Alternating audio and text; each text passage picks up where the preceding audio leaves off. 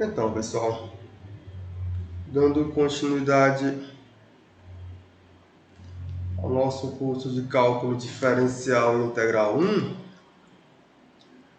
começamos trabalhando com a noção de conjuntos, não é, pessoal? Foi isso mesmo. Ainda estamos aqui em conjuntos.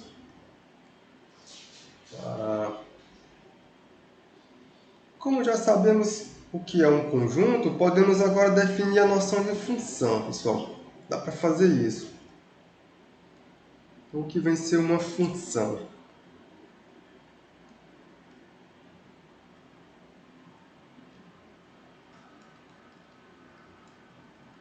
Então, o que vem ser uma função? Vocês já sabem o que é conjunto, conseguimos reunir vários elementos em um mesmo lugar. A essa coisa chamamos de conjunto. Em cima desse conjunto, fizemos matemática em cima desse conjunto. Colocamos algumas regras e, partindo daí, desenvolvemos alguma teoria. Então, se eu já conheço o conjunto, eu vou tomar dois conjuntos qualquer e definir que vai ser uma função. Na verdade, o que é uma função, pessoal? A função é como você pensar em uma engrenagem onde você tem uma porta de entrada, depois tem uma porta de saída, como se fosse isso aqui. Aqui tem uma chaminé, aqui é a engrenagem. Nessa engrenagemzinha aqui, você introduz as coisas aqui pela entrada, que é a chaminé. A maneira que você vai introduzindo as coisas aqui, ela vai entrar aqui. Aqui tem várias coisas que vão transformar os dados de entrada. E aqui vai lhe devolver uma outra coisa. Você tem a entrada. E aqui você tem a saída. Você vai entrar com alguma coisa aqui, ela vai transformar essa coisa de algum modo e vai lhe devolver aqui algo na saída.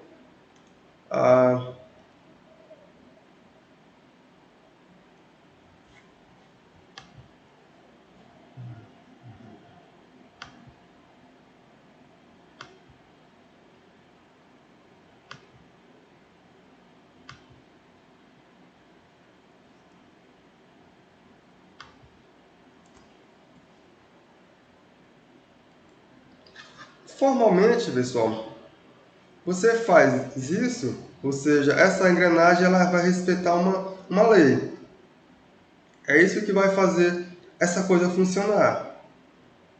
Então, de um modo formal, podemos fazer o seguinte. Então, o que vem ser uma função? Então, seja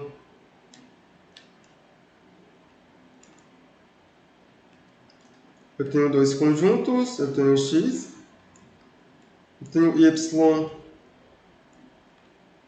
dois conjuntos quaisquer, pessoal.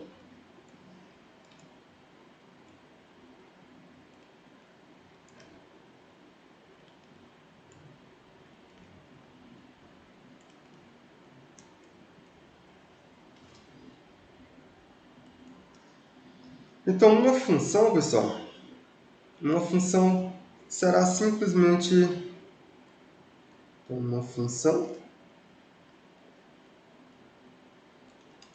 A notação dada da seguinte maneira: f que sai de x e chega em y, uma função f de x em y. Aqui é a maneira que você vai ler. Você vai ler assim: f de x em y. Isso aqui é nada mais e nada menos do que uma lei.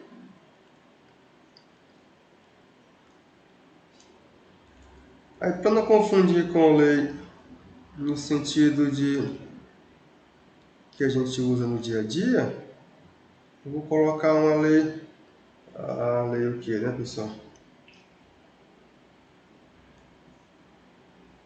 Não apaga. Não apaga. É uma lei que vai transformar os valores aqui do conjunto x em alguma coisa está no conjunto Y, pessoal.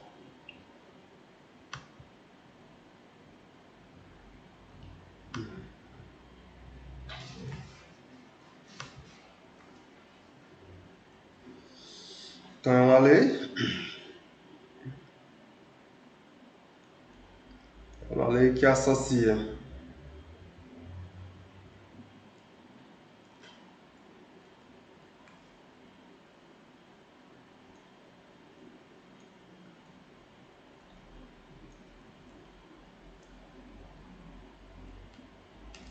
a cada valor que você considerar um x com a letra minúscula pertencente ao x grande. Então ela vai associar cada x como esse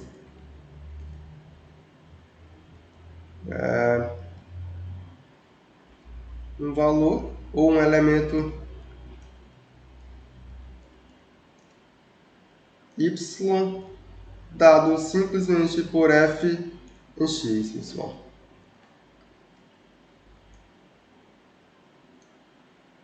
Aqui que pertence ao conjunto y grande. Por exemplo, você pode olhar simplesmente para a seguinte expressão, pessoal. Você pode considerar o conjunto x como sendo um conjunto formado pelas vogais A, E, I, O, U. A, E, I, O, U. E você pode considerar o seu conjunto y como sendo igual a que conjunto eu vou considerar, pessoal? Eu vou considerar esse meu conjunto como sendo um conjunto de letras. Coloque só isso. Então daí, eu vou considerar minha f, que sai de x, e vai chegar em y. Como é que ela será dada, pessoal?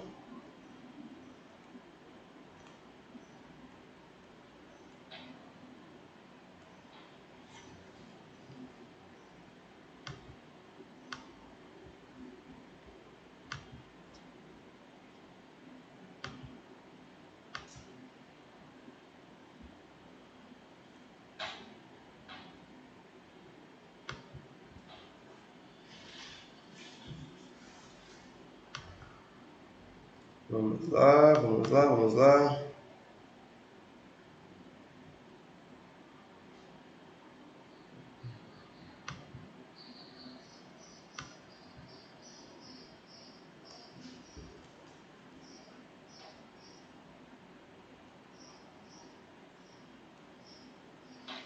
O que eu vou fazer, pessoal? Eu vou pegar cada elemento do conjunto x e vou associar meu f de x. Será simplesmente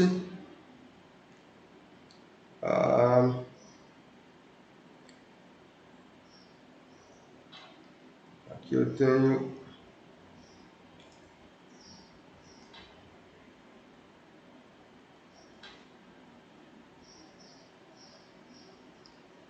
tenho simplesmente x mais b. É isso que eu vou fazer.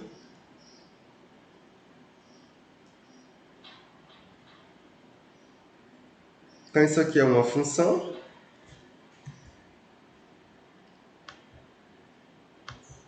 Que faltou só um detalhe, pessoal. A cada x, a lei que associa a cada x, aqui tem que escrever a palavra um único elemento y igual a f de x, certo? Então é isso que ela vai fazer.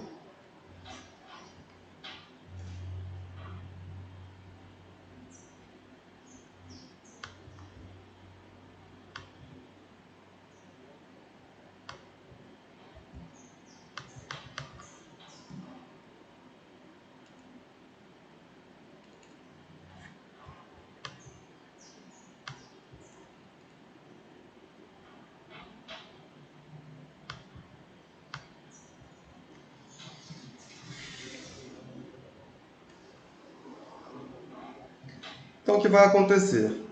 Então, daí o que temos?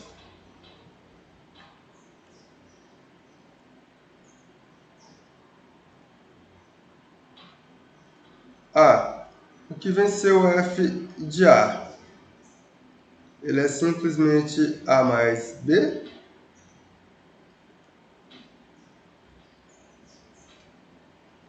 O f de E? Ele é simplesmente E mais B? O f de I? Ele é simplesmente I mais B? O f da letra O é simplesmente O mais B? Por sua vez, o f de U, ele é igual a U mais B.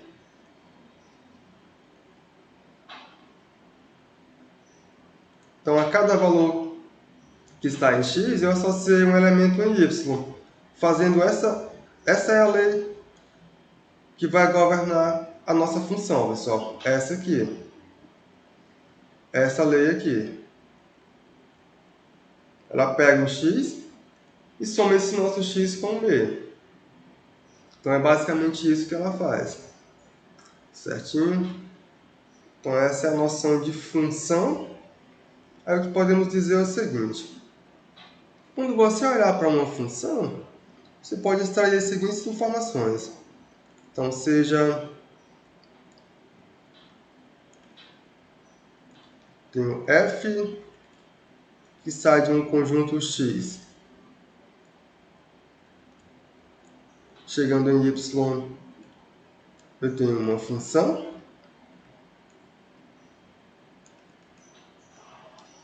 Aí, pessoal, eu vou olhar para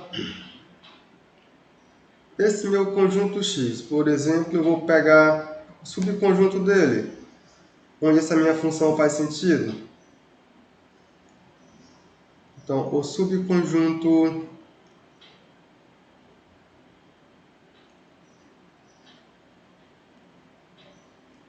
A, contido em x, tá o quê?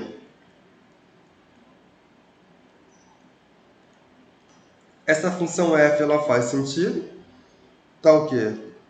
X pertencente a x, que associa o único y igual a f de x. Isso aqui faz sentido?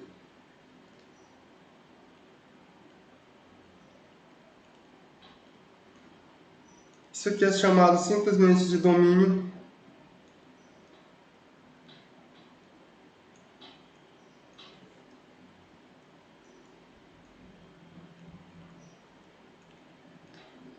da função f. Professor, Oi, ali é A está contido em X, aí qual é o resto ali? tá o quê? Cada Ah, tá xzinho o quê? desse aqui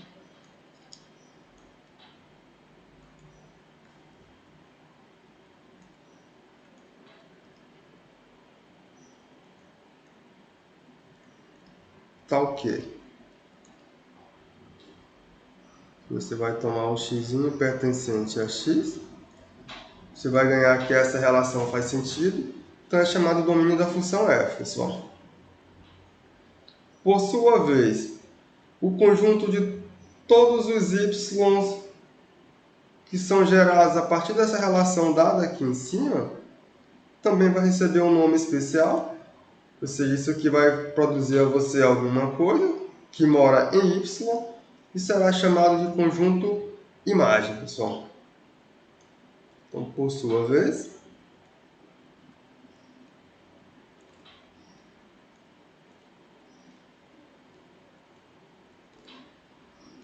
o conjunto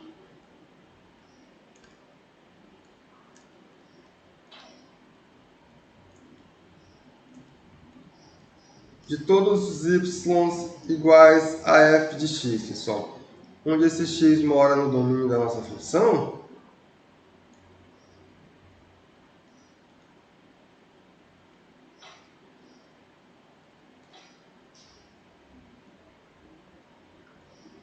onde esse nosso x é o elemento do domínio.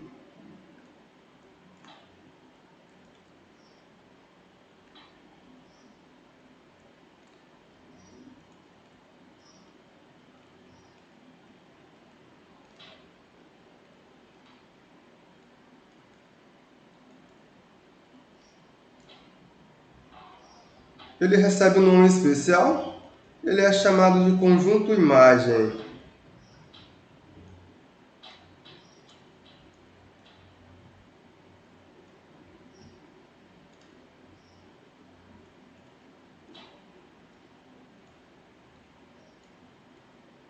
Conjunto imagem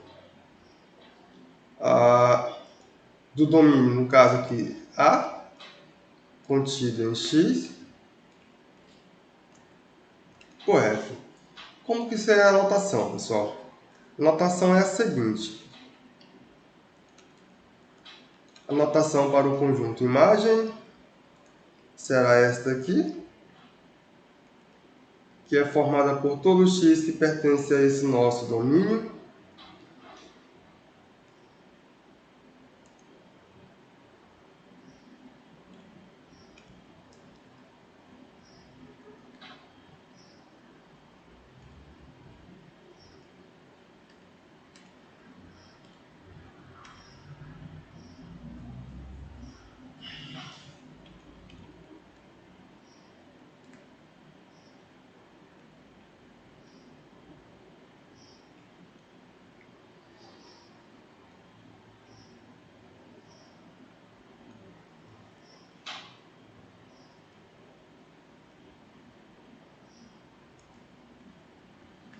Então a notação é a seguinte. Então a imagem de F, ela é formada por todo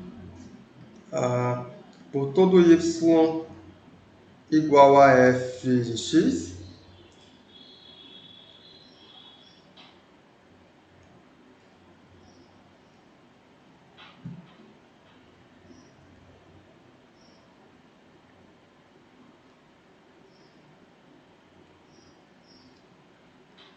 nossa senhora.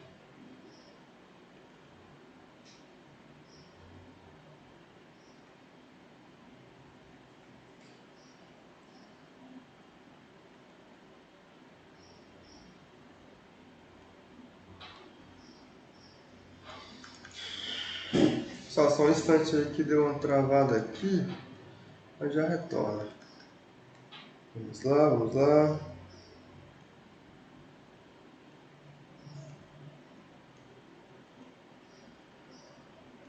Por f de x. Esse x ficou feio, né?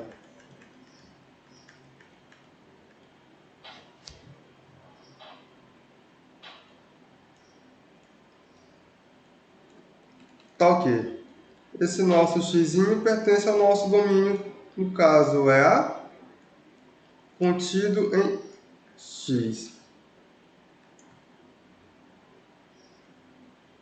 Certo?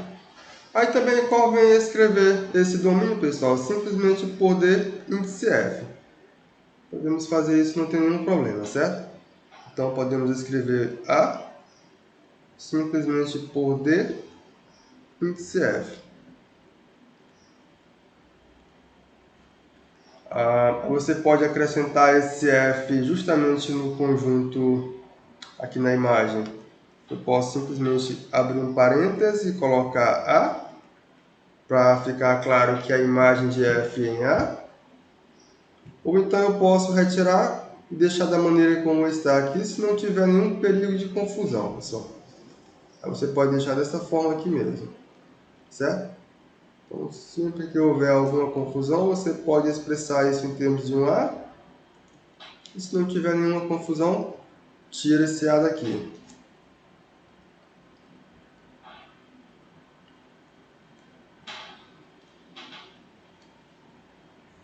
Aí o que é mais, pessoal? Aí dizemos que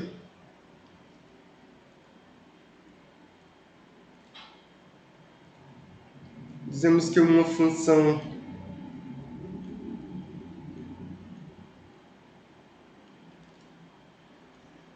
tem uma f que sai de x e chega em y, ela é injetiva,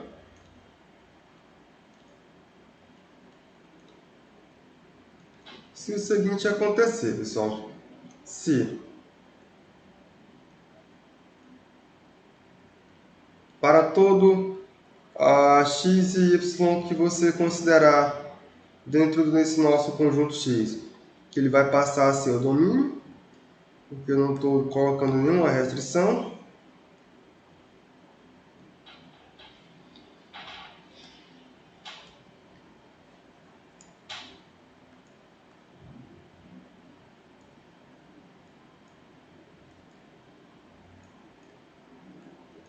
Sempre que eu considerar x e y aqui, quando o meu x for diferente de y, só vou tirar esse y daqui, né, para não dar confusão também. Vou colocar x e x'.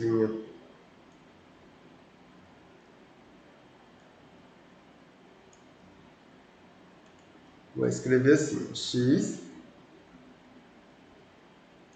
e x'. Com x diferente de x', o que tem, pessoal? Que o nosso f de x, ele tem que ser diferente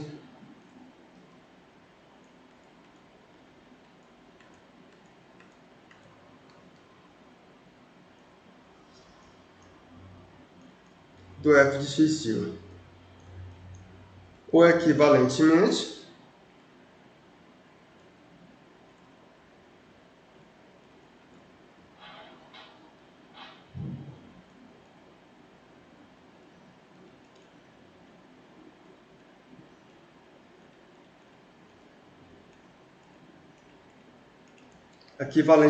pode ser que aconteça o seguinte. O meu f de x, ele é igual ao f de x'. Isso aqui vai implicar necessariamente que x tem que ser igual a x', pessoal.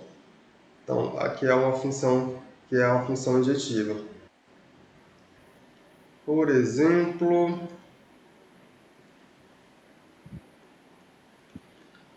então seja a seguinte função.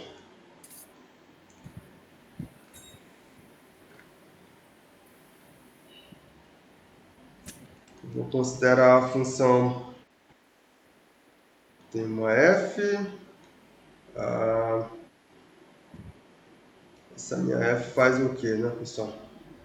Ela sai de x e chega em y. O que essa função faz, pessoal?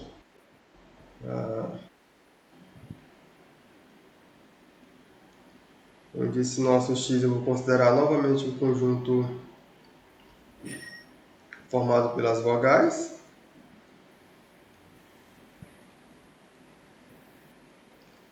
Aí aqui eu tenho y, que é formado por várias letras, pessoal. Como é que essa função é dada? Eu vou tomar cada x que pertence a esse x grande, eu vou associar x mais b. Mas se você olhar para essa função tem como domínio o conjunto de todas as vogais. Então, note que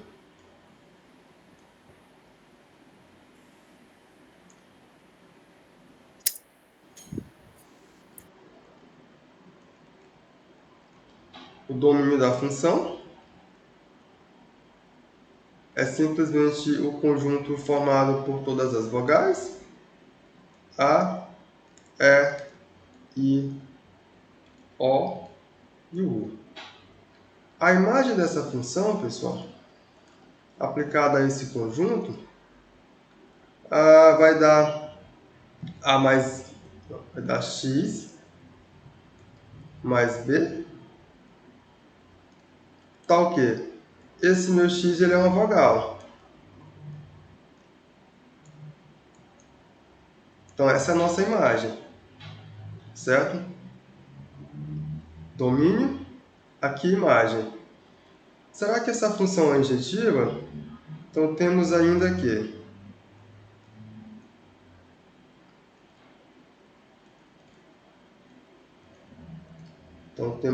que essa função ela é injetiva.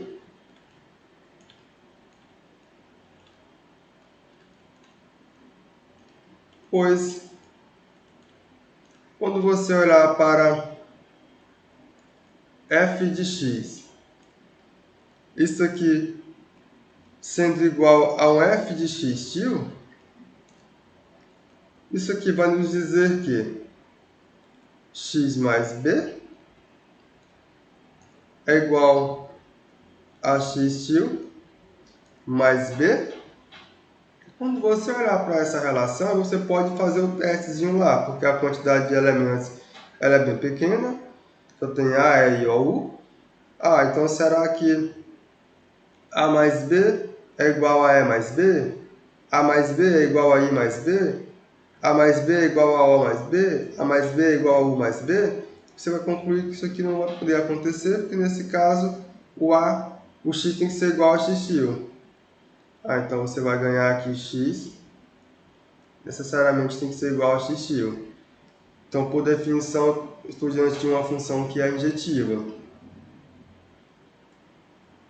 Aí uma outra definição é a definição de sobrejetividade. Então, o que dizemos, pessoal? Então, dizemos que uma função ela é sobrejetiva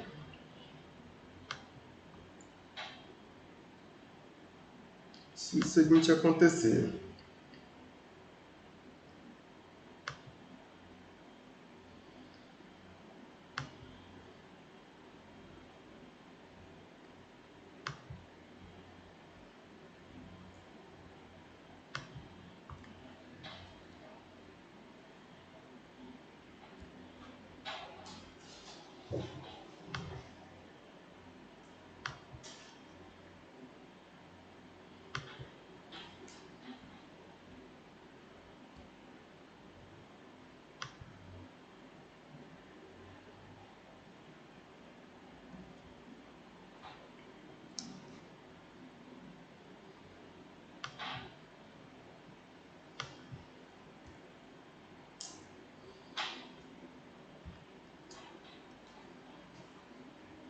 Então, o que dizemos, pessoal?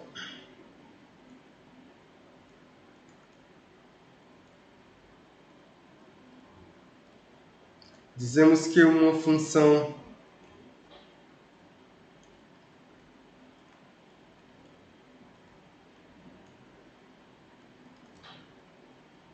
eu tenho uma f que sai de x e chega em y, ela é sobrejetiva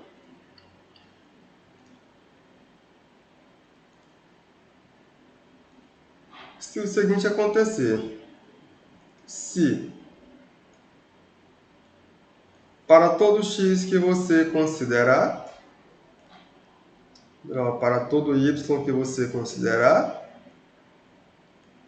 pertencente a esse nosso conjunto y grande, existe um x que pertence a esse nosso conjunto x grande, tal que essa minha y tem que ser igual a f de x. Ou, em outras palavras, o conjunto imagem é todo o conjunto y. Equivalentemente,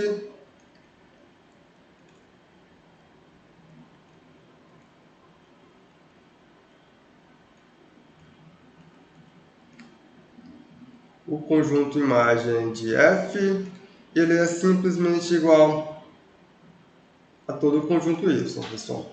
É isso que vai acontecer. Se você olhar para o exemplo anterior, aqui o nosso exemplo anterior, será que o conjunto imagem é todo o conjunto y? Não. Porque aqui eu não tenho todas as letras que eu posso, sei lá, colocar nesse conjunto. Então esse conjunto ele não, então essa função não é uma função sobrejetiva para esse exemplo anterior. Então já falha. Aí, por último, ou por sua vez, podemos dizer quando que uma função é bijetiva. Então, por sua vez,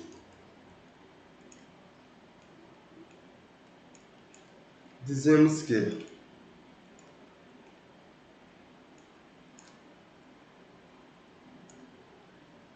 essa nossa f de x e y, ela é bijetiva ou bijetora quando o seguinte acontecer, pessoal. Se essa função ela for injetiva e for sobrejetiva ao mesmo tempo. Então, se f for injetiva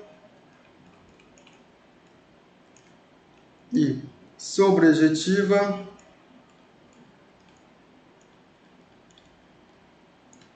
ao mesmo tempo.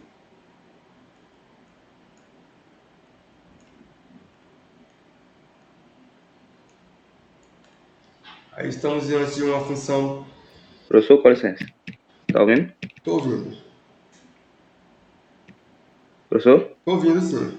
Eu queria saber se o senhor tem algum livro para argumentar, alguma aula, porque, assim, cálculo é uma matéria um pouco complicada, né? E na modalidade online se torna um pouco mais complicado. Tem gente que é um pouco egressa de outras escolas que às vezes nem viram isso. Aí eu queria saber se o senhor tem algum livro, alguma aula online, algum material extra para estar indicando para a gente Pessoal, estar olhando fora a aula online. lá no plano de curso eu coloquei lá o livro do Guidorize, para vocês podem seguir ele, que a gente faz basicamente aquele livro, pessoal. É o volume 1 do Guidorize.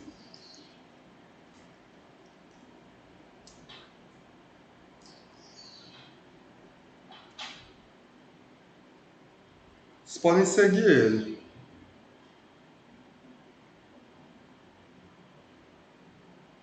Tá certo, obrigado.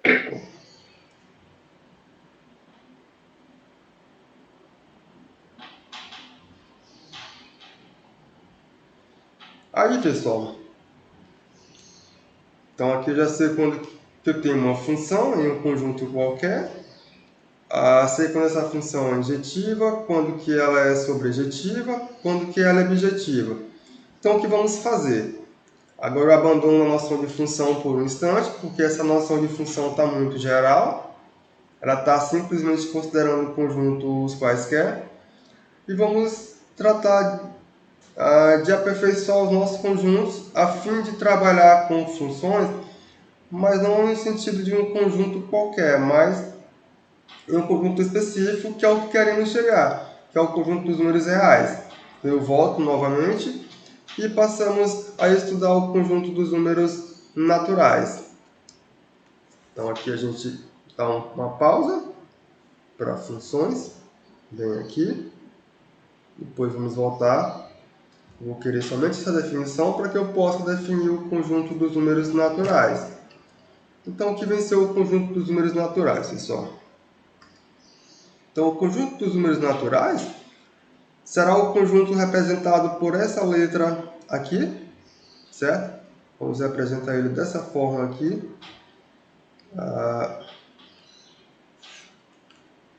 Aqui, ó, a notação é essa aqui, pessoal, para o conjunto dos números naturais.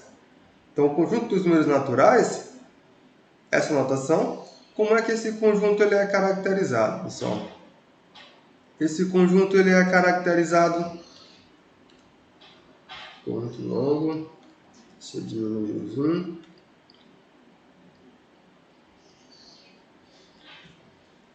Algumas características para esse conjunto. Dentre elas temos essas três aqui, pessoal. Então, existe uma função injetiva. Essa função ela vai sair dos naturais. Chegando nos naturais, como é que essa função é dada, pessoal? Essa função agora é a função S. O que ela faz? A cada número natural, ela vai associar o natural n mais 1. É isso que ela vai fazer. A imagem S índice n de cada número natural n, ela será chamada o sucessor de n. Deixa eu ver se eu consigo baixar isso aqui, mas está travando, não vai conseguir, né? Não vai baixar. Então essa é a primeira característica para essas funções. Então eu tenho uma função que sai dos naturais, essa funçãozinha ela recebeu a notação de S, ela vai sair daqui e vai chegar no conjunto dos números naturais, e a cada natural eu vou associar S índice N, que é igual a N mais 1, que é o sucessor de N. A outra característica, que é a 2i, eu vou garantir que existe um único número natural, que será o número 1, tal que esse número natural 1, ele é diferente de todas as imagens daquela minha função S índice N, pessoal. Para todo N natural. Isso aqui vai acontecer. A outra característica para esse meu conjunto dos números naturais é a seguinte. Se um conjunto X ele é um subconjunto qualquer dos naturais, de tal forma que o 1 pertence a X, e a imagem de qualquer elemento que está em X ainda é um subconjunto, ainda é um elemento de X, ou seja, a imagem dessa minha função S por X está contida em X, se essas três condições são satisfeitas, então esse meu conjunto X dos números, ele tem que ser igual ao conjunto dos números naturais. Então, basicamente, é isso que estamos fazendo. Ou seja, temos uma função, vamos lá. Então, o conjunto dos números naturais, você tem um conjunto que eu não sei a cara dele ainda, mas a esse conjunto eu tenho uma função que sai dos naturais e chega em S, e chega nos naturais. A essa função, eu vou associar a cada elemento desse meu conjunto o seu Sn, que é a imagem por essa minha função S, que faz o quê? Ela pega esse natural e associa a N mais 1. O número 1 pertence a esse conjunto, pessoal. Então, como o número 1 pertence a esse conjunto, o que vai acontecer? Então já sei que o 1 pertence. Então, se o 1 pertence, eu sei que o S de 1 é igual a 1 mais 1, que é igual a 2. Então agora o 2 também pertence. Como o 2 pertence, agora eu sei que o S de 2 é igual a 2 mais 1, que é igual a 3. Então agora também eu sei que o 3 pertence. Então, como o 3 pertence, eu posso olhar para a função S e ganho que o S de 3 é igual a 3 mais 1, que por sua vez é igual a 4. Então eu sei também que o 4 pertence. Aí eu continuo, até encontrar que o conjunto dos números naturais, pessoal, é esse conjunto aqui. Esse é o conjunto dos números naturais, que é formado por 1, 2, 3, 4, 5, 6, 7, 8, 9, 10, 11, 12, 13, 14, 15, 16, aí reticência e um natural e um natural sucessor desse meu 16, que passa a ser o 16 mais 1, o sucessor do sucessor. Então, qualquer número que vai estar aqui nessa reticência é um número do tipo n mais 1, pessoal, que é o sucessor do 16, que é o sucessor do 17. Então, esse conjunto aqui bem grande, ele simplesmente é o conjunto dos números naturais. E essa é a maneira que eu tenho de construir esse conjunto. Aí aqui o que eu digo a vocês é que o zero, para nós, não será natural, pessoal, certo? Não considerem aqui o zero como um número natural. Então ele está descartado. Nosso primeiro número natural é o número 1. Esse é o nosso primeiro número natural. O zero não é natural para nós. Aí, pessoal, se você olhar para essa condição 3i aqui, essa condiçãozinha aqui,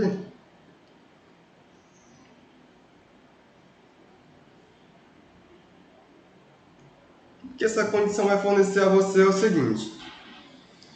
Eu tenho um conjunto X que está contido nos naturais, o 1 pertence a x, a imagem desse meu conjunto x está contida em x, então esse meu x tem que ser o natural.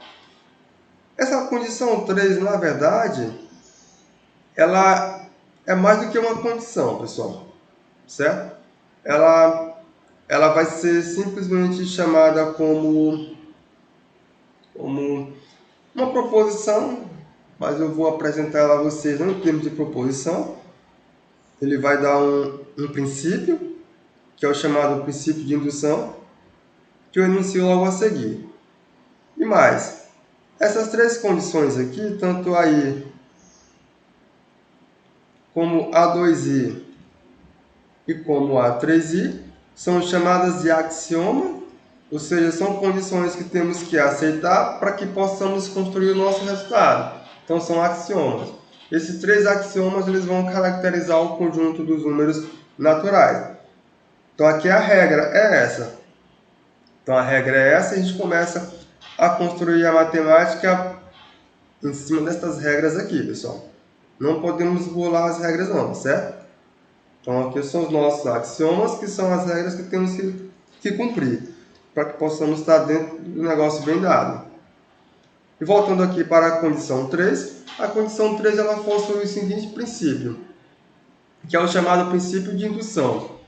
O que garante o princípio de indução, pessoal? O princípio de indução ele vai garantir o seguinte. Se eu tenho uma propriedade P, e essa propriedade ela é válida para o número 1, e se supondo P válida para o número N, daí resultar que P também vale para o sucessor, aqui não é SS, pessoal, aqui é SN, certo? Para o sucessor SN, deixa eu consertar, cadê a caneta? Que conserta, pessoal, que coloquem SN.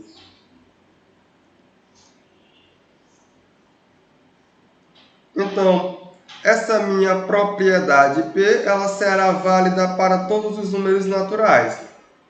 Então, por aquele axioma número 3, que foi esse aqui, eu consegui extrair um princípio, que é chamado princípio de indução, que ele garante a validade de um resultado,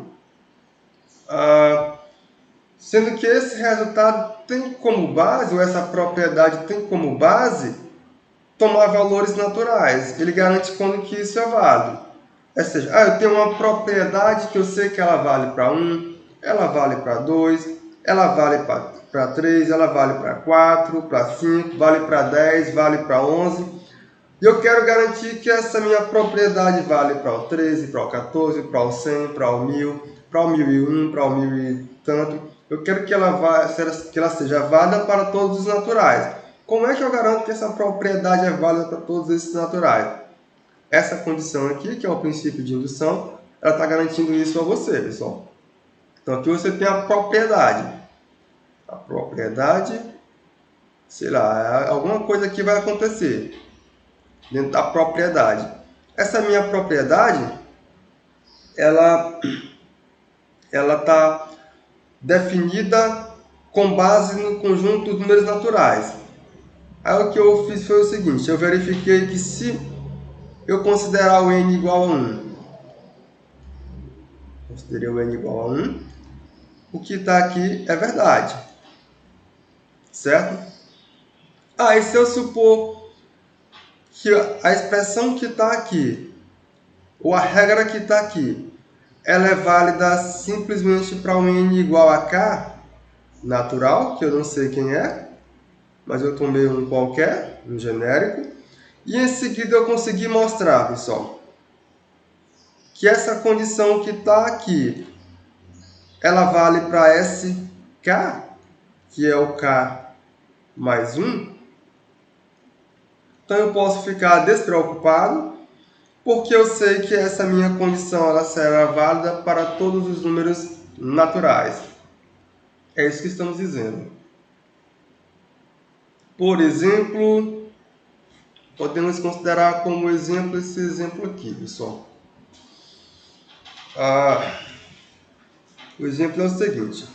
para todo número natural n, quero mostrar que 1 mais 3 mais 5 mais aí, reticência mais 2n menos 1 é igual a n ao quadrado.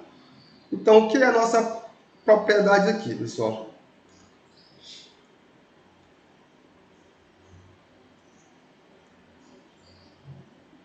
Então, se você olhar para cá, você tem aqui a sua propriedade, que eu vou chamar de P.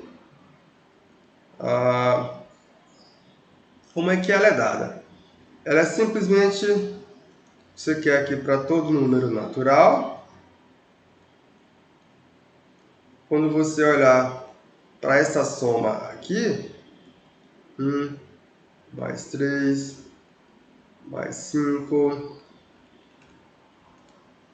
mais 2n menos 1, você quer que tudo isso aqui seja igual a n ao quadrado. Então, aqui é a nossa condição que queremos verificar. Então eu vou fazer o quê? Eu vou utilizar o princípio de indução. Eu vou fazer o teste quando n for igual a 1. E vou verificar se é válido quando n for igual a 1. Qual o próximo passo? Eu vou assumir que isso é válido para n igual a k, onde esse k é natural. E em seguida eu tenho que mostrar que isso é válido para o sucessor desse meu natural k, que no caso seria o k mais 1. É isso que temos que fazer. Então vamos fazer? Vamos lá. Então vamos aqui, escrever solução. Então aplicaremos indução, pessoal.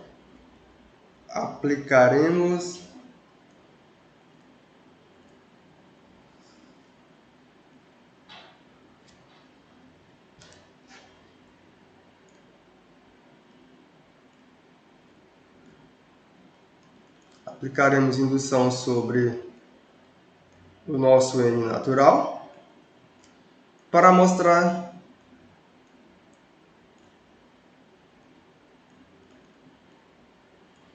que o seguinte acontece. Eu quero mostrar aqui 1 mais 3 mais 5 mais, aqui eu tenho 2n menos 1. Isso aqui é igual a n ao quadrado. É isso que eu quero mostrar. 1 mais 3 mais 5 mais 2n menos 1 é igual a n ao quadrado. Eu vou aplicar a indução. Então, como eu vou aplicar a indução, eu vou aplicar esse princípio aqui. O primeiro teste que eu tenho que fazer é para o número natural 1, que é o primeiro número natural, é o 1. Então, vamos lá. Então, de fato,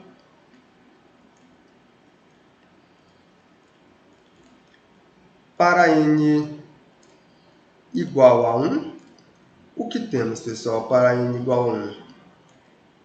Então, quando n for igual a 1, essa minha expressão aqui, o lado esquerdo, fica simplesmente 1. O lado direito fica 1 ao quadrado, que é igual a 1. Então, aqui eu já boto 1. Ok, é válido. Eu vou supor que esta expressão aqui, eu vou supor que isso aqui é válido para o número natural que eu vou chamar de k. Eu vou supor isso. Então, suponhamos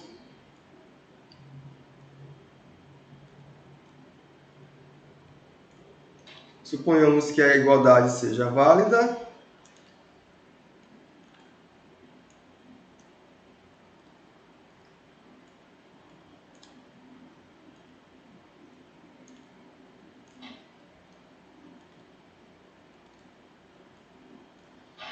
Válida para quem, né, pessoal?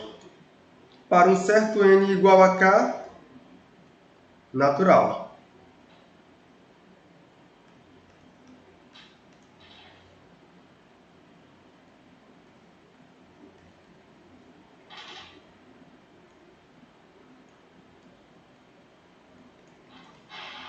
Isto é, Eu vou supor que 1 mais 3 mais 5 mais 2n menos 1. Aqui não é menos 1 não, aqui é k.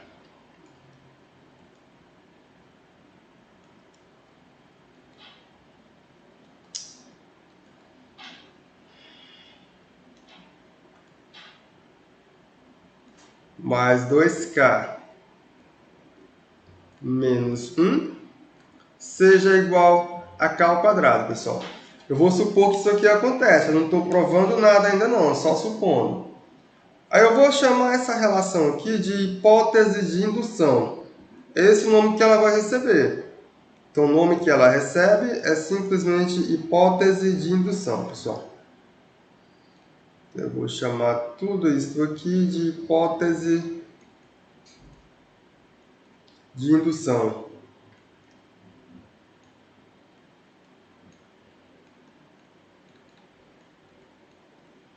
Então, aqui é a nossa hipótese de indução. Aí o próximo passo é sair da hipótese de indução e mostrar que vale para o sucessor de K. Esse é o próximo passo. Então, agora mostraremos que essa igualdade é válida para K mais 1.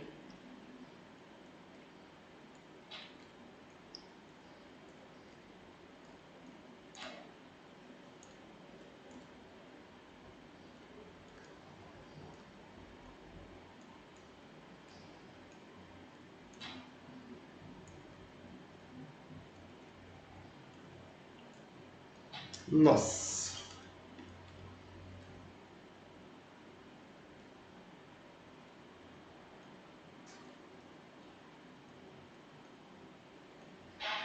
Que estamos diante das condições que são apresentadas no princípio de indução, pessoal.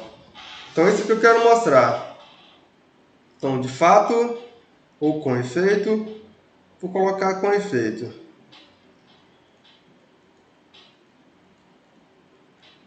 O que vai acontecer? Eu vou sair aqui da hipótese de indução, eu vou sair daqui e tenho que conseguir mostrar que tudo isso aqui ainda continua válido se eu tomar o sucessor de K, pessoal. Então, com efeito, vamos lá. Quando eu olhar para 1, mais 3, mais 5, mais. Aqui é a adicência, mais. Eu vou considerar, ao invés de considerar N, eu vou considerar K mais 1, pessoal. Então, aqui eu vou trocar o N por K mais 1. Aqui eu vou trocar N por K mais 1. Bem aqui, eu vou trocar esse Nzinho aqui por K mais 1, porque é o que a relação está me mandando fazer. Então, vou chegar lá. Agora eu vou aqui escrever 2 vezes K mais 1 e repito a expressão que eu já tinha antes, menos 1. Fechei o parêntese. Isso aqui é igual a simplesmente... eu posso acrescentar um termo antes desse? Posso. Vamos reescrever. Isso aqui é 1, mais 3, mais 5, mais. Aqui eu tenho 2K mais 1 menos 1. Essa expressão eu deixo do jeito que está, ou melhoro ela, que ela pode simplesmente ficar 2K mais 2 menos 1, que fica 2K mais 1, né, pessoal? Ela fica assim, 2K mais 1. Eu não estou diante da hipótese de indução, não. Só que o que você pode perceber é o seguinte. Antes desse termo, eu vou passar justamente pelo termo da hipótese de indução, pessoal. Porque quando chegar bem aqui, eu tenho um termo antes desse aqui, eu tenho um termo. Qual é que está antes desse? É simplesmente o 2K, que eu estou considerando K mais 1. Então, aqui eu tenho 2K, que é o que está antes desse.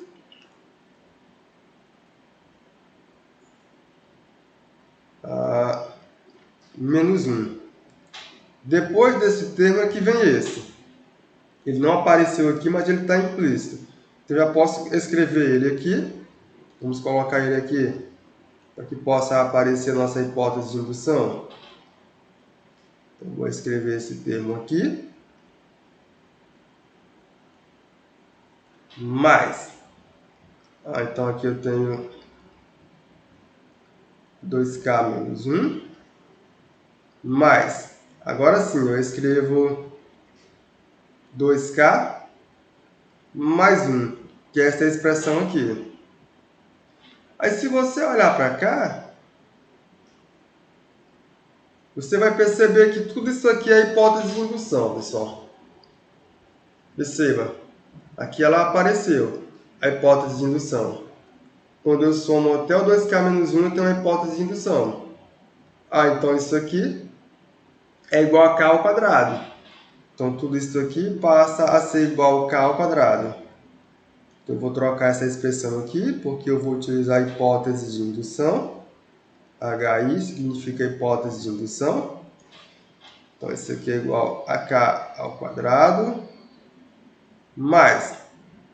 Agora eu tenho 2K mais 1. E agora, pessoal? E agora, se você olhar para cá, isso aqui é simplesmente K ao quadrado mais 2K mais 1. Se você olhar para cá, isso aqui é simplesmente o quadrado da soma de dois números, correto? Eu posso simplesmente escrever isso aqui como o quadrado da soma de K mais 1.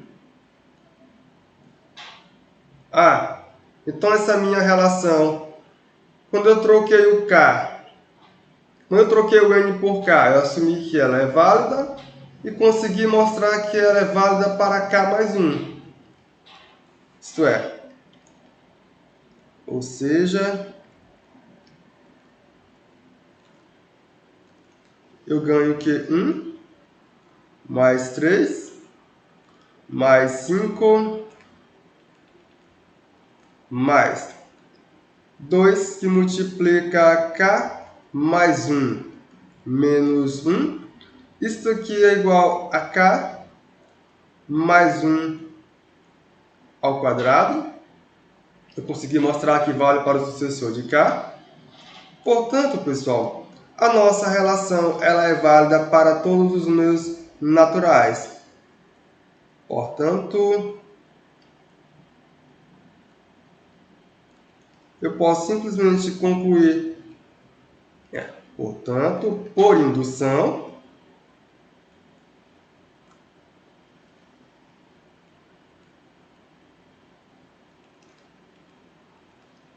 o que segue, pessoal? Que esta expressão aqui ela é válida para qualquer número natural que você considerar. Então, 1 mais 3 mais 5, reticência, mais 2n menos 1. Isto aqui é igual a n ao quadrado, que é essa expressão aqui. Isso aqui para todo número natural que você considerar, pessoal. Vamos lá, vamos lá. Volta aí, canetinha.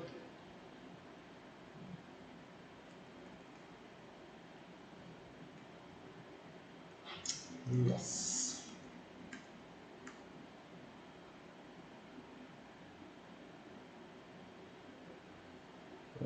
Quero apagar só isso aqui. Não dá.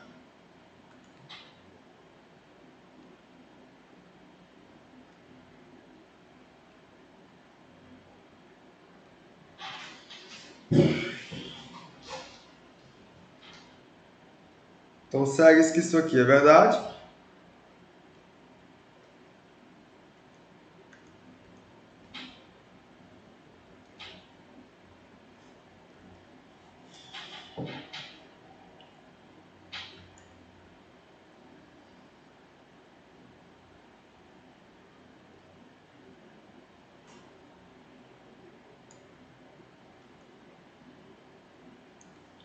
Aqui para todo número natural que você considerar.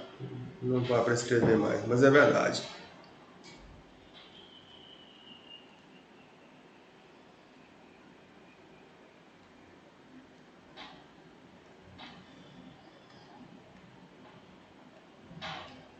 Então, por indução, conseguimos argumentar que isso aqui é verdade, pessoal, independente do número natural que você está considerando. Foi isso que fizemos.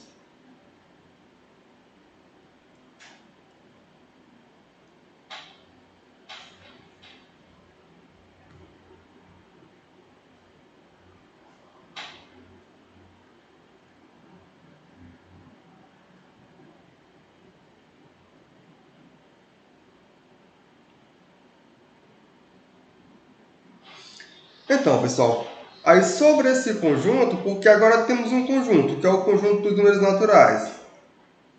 Então, em cima desse conjunto, vamos definir duas operações fundamentais, pessoal. Quem são essas operações? Então, em cima do conjunto dos números naturais, eu vou definir a operação...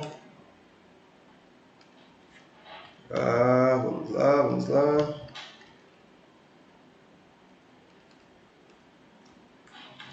Eu vou definir a adição. O que a adição faz? Ela vai associar a cada par de números m e n a sua soma. Eu vou pegar dois números naturais, vou associar a sua soma, que é m mais n. A outra operação será a multiplicação. Novamente, ela vai pegar o par, que eu tenho o natural m e o n, e vou associar ao seu produto, que é m vezes n. De tal modo, pessoal, que essas duas operações aqui definidas, elas valem as seguintes igualdades para elas. Quais são? Quando eu somar m mais 1, é justamente o sucessor de m. Quando eu somar m com o sucessor de n, é a mesma coisa que encontrar o sucessor da soma de m mais n. Isto é, eu posso simplesmente reagrupar a soma de m mais parêntese n mais 1. Eu posso reescrever isso aqui como sendo simplesmente m mais n dentro do parêntese somado com 1. É isso que essa condição aqui está dizendo. A outra é que quando eu multiplicar m por 1, eu obtenho m. E quando eu multiplicar m por n mais 1, é simplesmente m vezes n mais n. Eu posso distribuir isso aqui dessa seguinte maneira. Então, essas seguintes igualdades aqui são satisfeitas graças a essas duas operações que conseguimos definir em cima do conjunto dos números naturais, pessoal. Então, basicamente, é isso que estamos fazendo. Aí, pessoal, dá para fazer o seguinte. Dentro do conjunto dos números naturais, ou seja, você fez aqui uma divisão, que eu tenho o conjunto dos números naturais, que ele passa a ser formado por 1, 2, 3, 4, 5, 6, 7, 8, 9, 10, 11. Aqui eu vou acrescentar n, ou n mais 1. Não tem importância, pessoal. Aí, reticência. Certo? Aqui você pode pegar um subconjunto do conjunto dos números naturais. Ou seja, eu vou tirar o 1 e vou colocar em um conjunto, junto com 3, junto com 5, junto com 7, junto com 9, junto com 11, junto com outro elemento aqui, que esse elemento ele vai ter a seguinte cara, pessoal. Ele é 2n menos 1. Quando n é 1, é 2. Eu obtenho 1. Quando n for igual a 2, eu obtenho 2 vezes 2, 4, menos 1, 3. Quando n for igual a 3, 2 vezes 3, 6, menos 1, 5. Então, eu vou pegar esses elementos todos e vou colocar ele em um conjunto, que eu vou chamar esse conjunto da seguinte maneira, pessoal. Com a anotação para esse conjunto. A notação será... vai ficar misturado.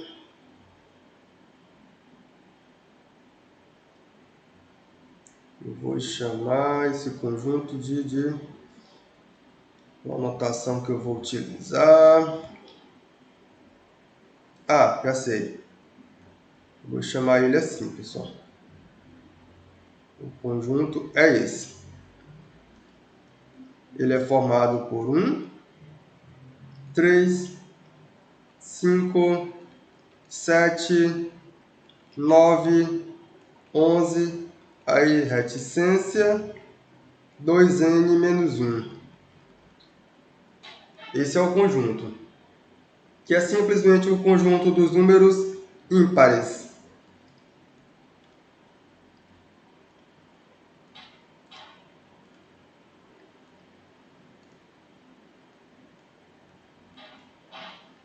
Aí, por sua vez, eu vou olhar para esse conjunto dos números naturais e vou fazer uma nova escolha. Eu vou escolher os seguintes elementos, pessoal. Vou escolher o 2, o 4, o 6, o 8, o 10, o 12 e o outro elemento que está aqui, que é o elemento do tipo 2n. Eu vou escolher todos esses elementos. Pego todos eles e coloco em um conjunto esse que eu vou notar da seguinte maneira, pessoal. Esse conjuntinho aqui. Eu trago para cá o 2, o 4, trago o 6, trago o 8, o 10, o 12, aí reticência, trago o 2n, continuo com a reticênciazinha aí, pessoal. Aí esse conjunto, também eu vou dar o nome para ele. É chamado conjunto dos números pares.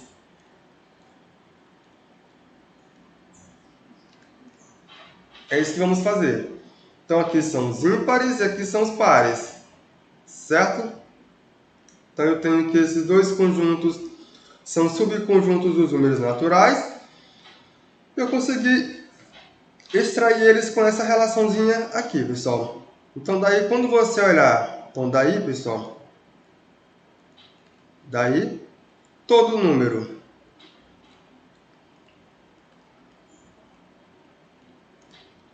dado da seguinte forma, pessoal.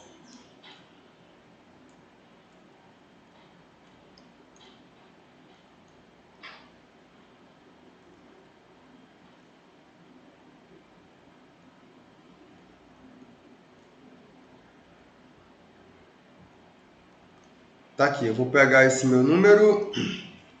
Ele é dado como um número do tipo 2n menos 1.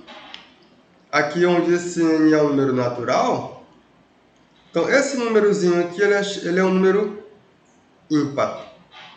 Então se você olhou para um número como esse, você já identificou e sabe que esse número é um número ímpar. Esse aqui ele é ímpar. Aí quando você olhar para os números do seguinte tipo, 2n, com n sendo um natural, esse número é par. Então eu consigo essa caracterização e eu posso até rearranjar o conjunto dos números naturais. Eu posso rearranjar ele. Ele pode ser escrito da seguinte maneira. Então é o conjunto dos números naturais. Eu posso escrever como sendo 2n menos 1 e 2n.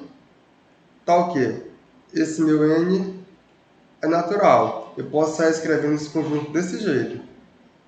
Então eu peguei uma parte de números ímpares e outra parte de números pares. Ou então eu posso ir intercalando sempre com ímpares e pares, desde que essa variação seja dentro do conjunto dos números naturais, pessoal. Certinho. Aí, pessoal, eu posso fazer essa mesma construção, só que agora, ao invés de considerar esses números partindo do 1, eu começo contando a partir do menos 1.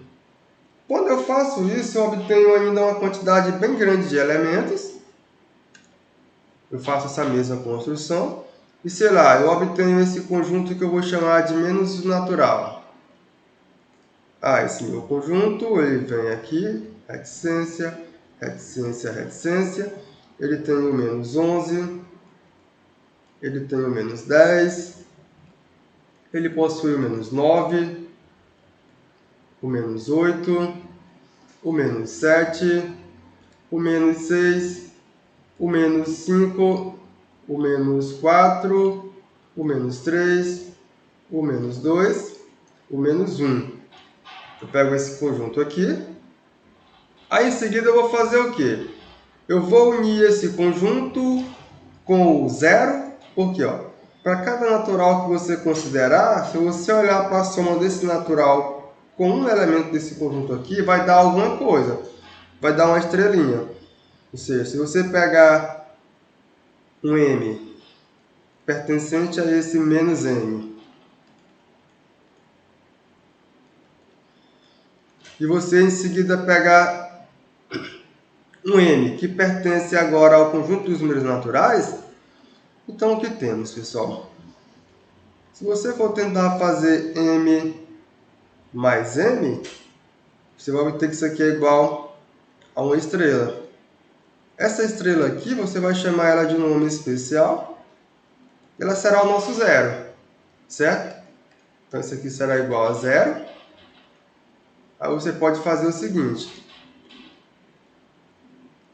Assim, quando eu olhar para esse menos n unido com o zero, que é justamente o elemento que satisfaz essa condição, unido com o conjunto dos números naturais, você vai obter o seguinte conjunto, pessoal, que é o conjunto formado por reticência, vírgula, menos 11, menos 10, menos 9, menos 8, menos 7, menos 6, menos 5, menos 4, menos 3, menos 2, menos 1, 0, 1, 2, 3, 4, 5, aí continua aqui, 6, 7, 8, 9, 10, 11, aí reticência, pessoal. Você vai obter esse conjunto aqui, pessoal. Aí esse conjunto eu vou dar um nome especial para ele, e ele será chamado de conjunto dos números inteiros. A notação é esta. Essa é a notação. E aqui eu estou diante do conjunto dos números inteiros. Então é chamado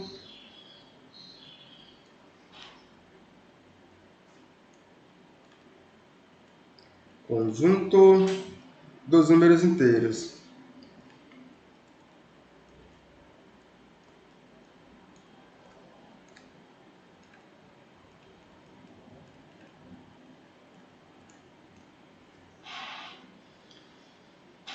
Aí o que eu posso perceber é o seguinte, que o conjunto dos números naturais, ele está contido no conjunto dos números inteiros, pessoal. Note que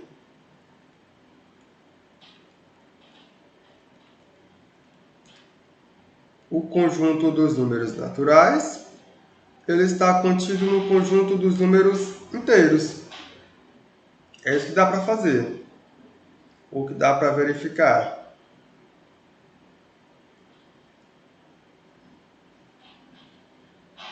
Aí, em seguida, eu vou definir um outro conjunto.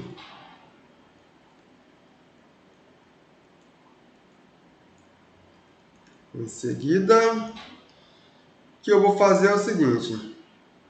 Eu vou pegar o conjunto Considere o seguinte conjunto.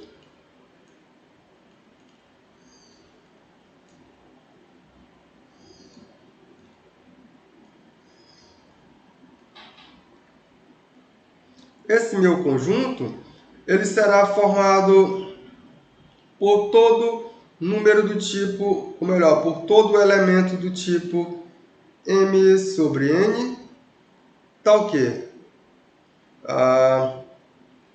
esse meu m, ele é um inteiro qualquer, e esse meu n, ele também é um inteiro, só que esse inteiro eu vou excluir o zero, pessoal. Eu vou excluir o zero porque não faz sentido dividir por zero. Não faz sentido. Então essa é a condição. Esse conjunto aqui eu vou dar a seguinte notação para ele. A notação será esse quezinho aqui, desse jeito. E esse conjunto será chamado de conjunto dos números racionais. Então ele é chamado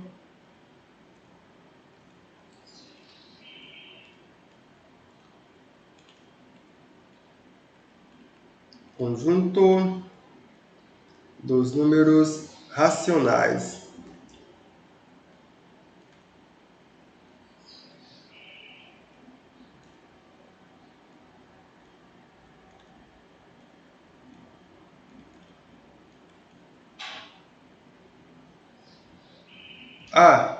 Então agora você consegue perceber que todo número natural, ele é um número racional. Todo número inteiro é um número racional. Basta você considerar o denominador igual a 1. Ou então, considerar o m igual a 0, que também dá certo. Você vai obter o zero. Não tem problema. Então, segue o quê?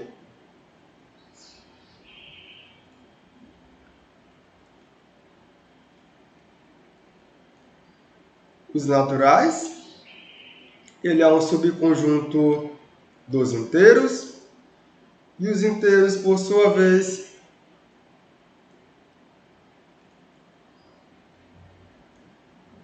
ele é um subconjunto dos racionais, pessoal. Então, isso aqui vai acontecer. Então, isso é o que segue.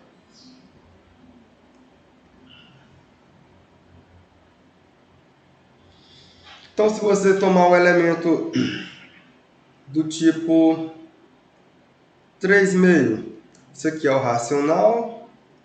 1/3 é um número racional. 5 sobre 4 é um número racional. Menos 3 sobre 2 é racional. Menos 1/4 é um número racional. Menos 8 sobre 7 também é um número racional. Aqui são todos números racionais, pessoal. Todos esses números são racionais. Por quê? Que vimos agora há pouco que a maneira de caracterizar o número racional é essa que acabamos de fazer. Pois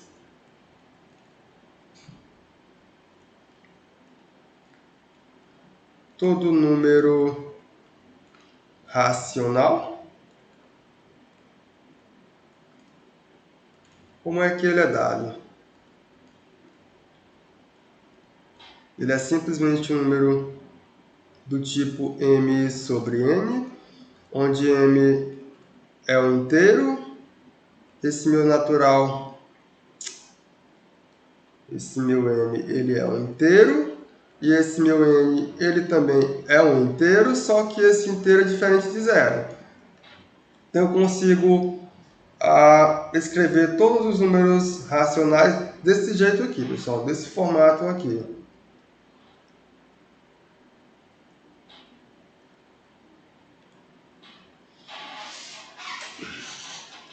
Só que podemos ir um pouco mais e conseguir obter números que não necessariamente, pessoal, estão todos escritos desse jeito aqui, desse formato, que são os números racionais. Por exemplo, podemos pensar no raiz de 2. Podemos fazer isso. Porém,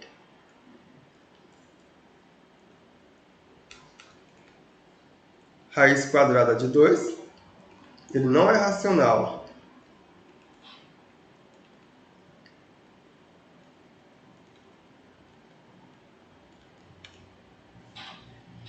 Ele não é racional porque eu não posso escrever esse meu número como um quociente de m sobre n, pessoal. Pois não podemos escrever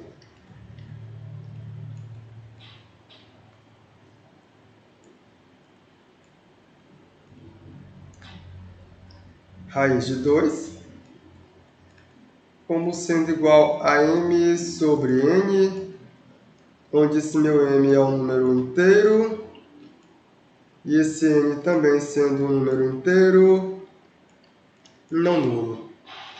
Eu não consigo fazer isso.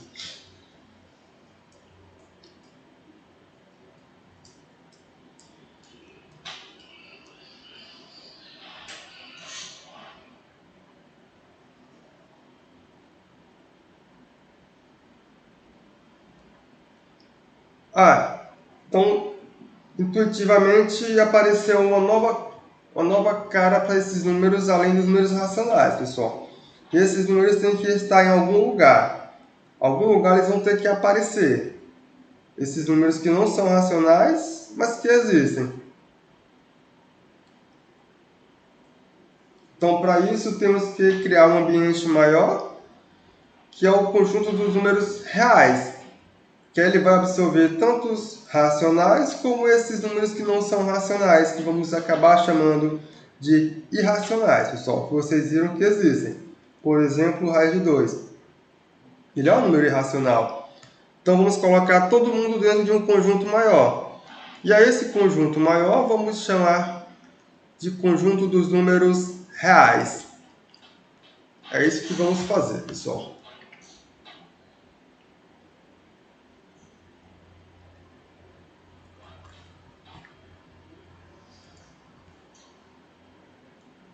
Então, como é que caracterizamos o conjunto dos números reais? Mas a internet é ruim. Então, vamos lá, pessoal. Então, seja o conjunto R, a notação será esta aqui, para o conjunto dos números reais. Eu vou definir nesse conjunto R, pessoal, duas operações. Operações essas que são chamadas de adição e multiplicação. Como é que essas operações são dadas, pessoal? A adição, ela faz corresponder a cada elemento, a cada par de elementos x e y que mora nesse conjunto, a sua soma, que é x mais y, que ainda é um elemento que mora nesse conjunto. Por sua vez, a multiplicação, ela faz corresponder a cada par de elementos x e y que pertence aos reais, o seu produto x vezes y, que também é um número real. Então, eu tenho agora duas operações dentro desse conjunto R. Esse conjunto R eu vou chamar ele de conjunto dos números reais, tais que as seguintes condições são satisfeitas, pessoal, partindo da adição e da multiplicação. É válida a associatividade, ou seja, para quaisquer x, y, z pertencente ao conjunto dos números reais, tens que eu posso associar a soma, ou seja, somar x mais y, aqui entre parênteses, e depois somar mais z, é a mesma coisa que você somar x mais, abra parênteses, e some y mais z. Então, eu posso associar. Isso é uma característica dos números reais. É válida a comutatividade, ou seja, para quaisquer x e y que moram no conjunto dos números reais, tens que vale a comutatividade para a soma ou para a adição. X mais y é a mesma coisa que somar y mais x. Dentro desse conjunto, pessoal, tem um elemento que é chamado de elemento neutro para a adição, ou seja, existe um elemento zero, a notação é essa, que mora no conjunto dos números reais, tal que somar qualquer x real a esse meu elemento não altera a soma em nada, pessoal. Em nada mesmo. É o elemento neutro. E esse elemento aqui, com essa notação, dada pelo zero, será chamado elemento neutro da adição. Uma outra propriedade que é válida para a adição é que eu posso encontrar o inverso aditivo.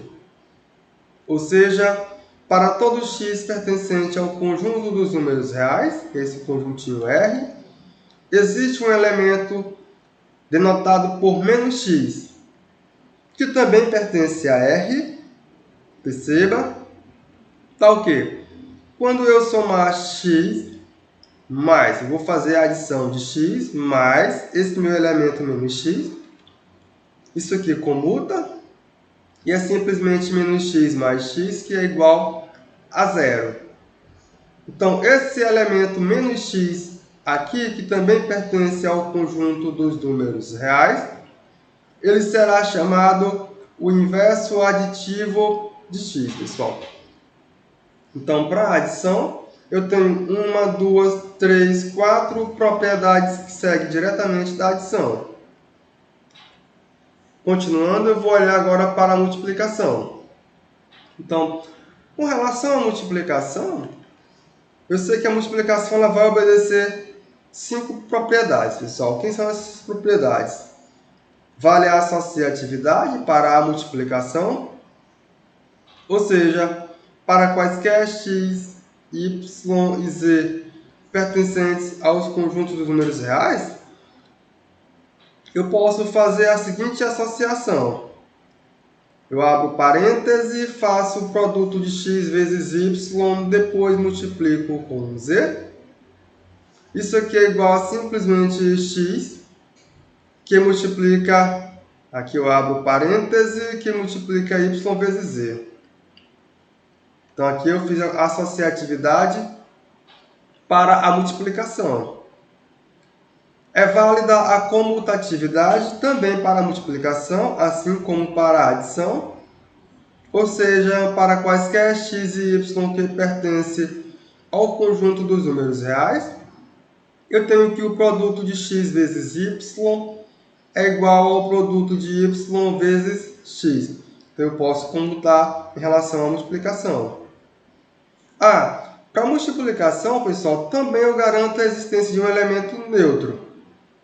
Ou seja, existe um elemento denotado pelo número 1, que é o número pertencente ao conjunto dos números reais, tal que, quando eu faço o produto de qualquer número real por esse elemento 1 aqui, o produto não vai alterar em nada, pessoal. X vezes 1 ainda é igual a x, 1 vezes x é igual a x, não altera a conta em nada. Ou seja, ele é um elemento neutro para a multiplicação. Isso aqui não está aqui, pessoal, vou retirar isso daqui, está errado. Aqui é o elemento 1, não é o elemento 0 não, pessoal. Vamos lá. É o elemento 1. Ele é chamado elemento neutro da multiplicação. Uma outra condição que é satisfeita é a existência do inverso multiplicativo. Assim como para a adição, a multiplicação também possui inverso. Ou seja, para todo x que você considerar sendo um número real, com esse seu x diferente de zero, vai existir um elemento que eu vou denotar esse elemento por x elevado a menos 1, tal que x vezes x a menos 1 é igual a x a menos 1 vezes x, que é igual a 1, pessoal. Então, esse elemento é chamado o inverso multiplicativo ou de x, que eu posso escrever esse elemento dessa maneira aqui, para o inverso multiplicativo, ou eu escrevo x elevado a menos 1, ou então eu escrevo 1 sobre x, pessoal, certo?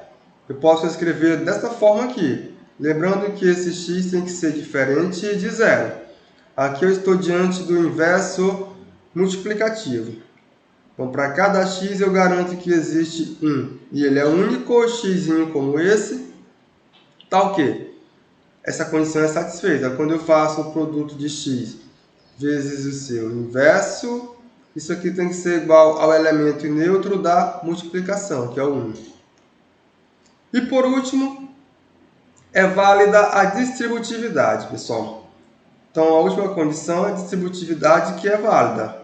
Ou seja, para quaisquer x, y e z que pertencem a esse conjunto R, tem-se quando eu faço o produto de x, aqui eu abri parêntese, y mais z, eu posso distribuir isso aqui, pessoal. Eu posso pegar e fazer o produto de x com y,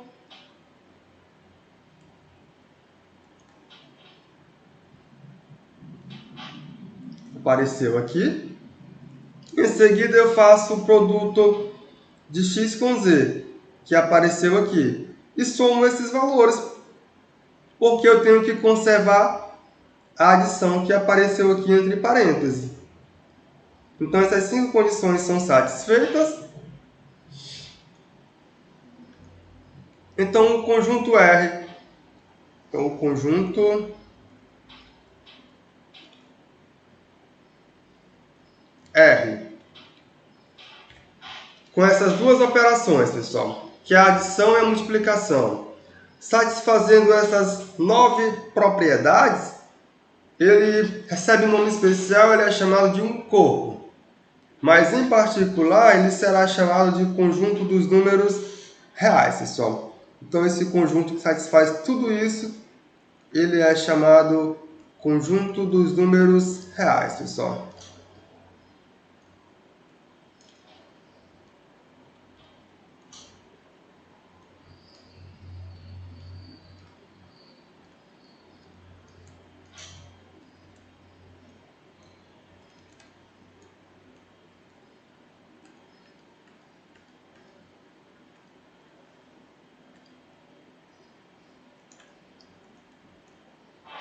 É isso que acontece.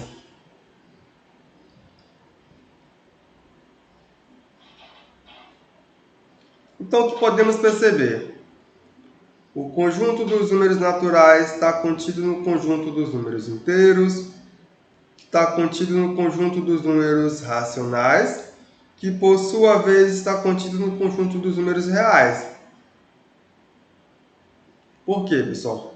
Porque você pode perceber que todo racional é um número real. Como é que eu verifico isso? Porque os racionais, você vai ter simplesmente que ele satisfaz essas condições aqui. Não precisa verificar isso não, pessoal. Não precisa não. Ele é esse subconjunto. Ele está contido em R. E tem uma parte que está aqui, mas não é visível. Que no caso são um conjunto dos números irracionais. Então eu vou definir esse novo conjunto. Eu vou pegar aqui, eu vou olhar para o complementar. Pessoal, deixa eu escrever isso aqui, né?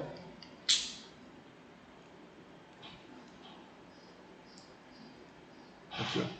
Vamos anotar o complementar de um conjunto. Então, eu tenho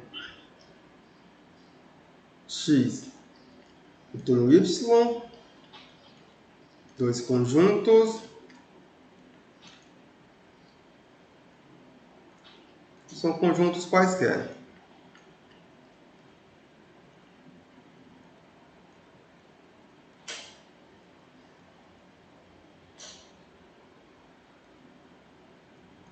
Então, o que denotamos, pessoal? Eu vou denotar o complementar de y em x, esse complementarzinho aqui, eu posso simplesmente escrever, pessoal, eu vou escrever como a diferença x menos y. Então aqui eu posso entender como sendo o complementar desse meu conjunto y e x. Lembrando que esse complementar pode ser vazio ou pode ser todo o conjunto, não tem problema, pessoal. Então daí quando você olhar aqui para o conjunto dos números irracionais, o que eu posso ter, pessoal? Daí eu vou olhar para R menos Q, os racionais menos... não, os reais menos os racionais, isso aqui é o complementar dos racionais. Eu vou chamar isso aqui do conjunto I, que simplesmente é chamado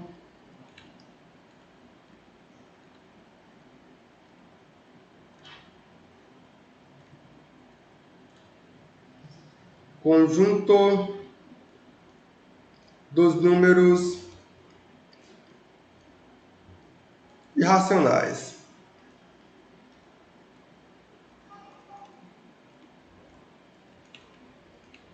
Então esse é o conjunto dos números irracionais, pessoal. Você pode olhar para isso aqui em termos de um diagrama. O que vai acontecer é o seguinte. Então aqui eu tenho o conjunto dos números reais.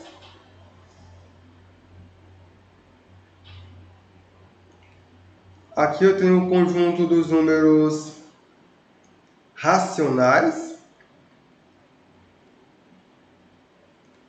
Aqui eu tenho o conjunto dos números inteiros. E aqui eu tenho o conjunto dos números naturais. Aí, entre os racionais e os reais, tem alguma coisa aqui, que é simplesmente o conjunto dos números irracionais, pessoal. Ele está aqui, entre os dois. Não dá para desenhar, né? Mas ele está aí. Ou seja, essa parte aqui em azul.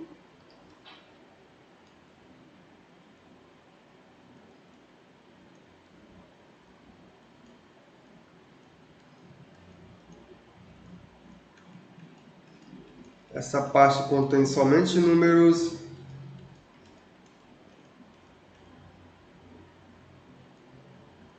irracionais, pessoal. Então aqui em azul são os irracionais, que é os reais, menos os racionais.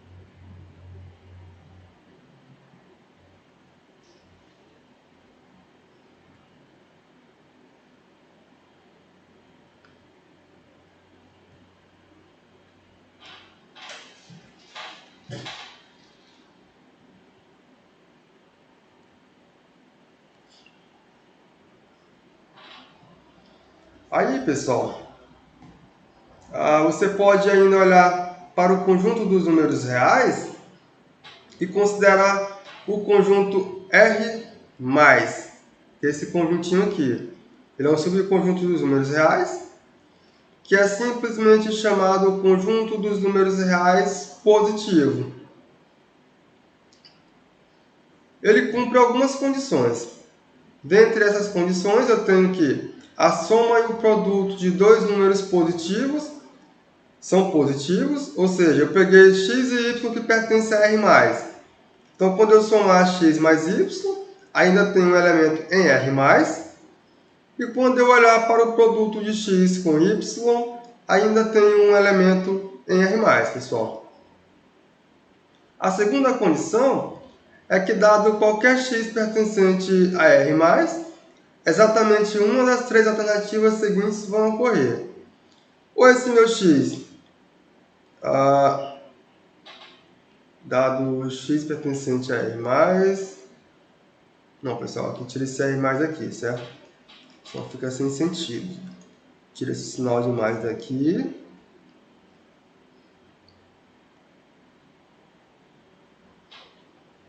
Pronto. Se você pegar um número que pertence a R, assim fica melhor. Ou esse meu número é igual a 0, ou ele pertence a R+, ou menos ele pertence a R+, pessoal. É isso que vai acontecer. Então, você vai estar pegando o conjunto dos números reais. Está aqui esse conjuntão todinho que eu posso representar como o conjunto dos números reais. Que eu vou colocar o 0 aqui. Aí logo aqui eu tenho 1. Aí para cá tem o menos 1. Aí o que eu estou dizendo é, se você tomar valores para cá, você vai estar tomando valores que pertencem a R+. Agora, se você considerar valores para cá, você vai estar considerando valores que pertencem a R-, pessoal, que é mais, né? 2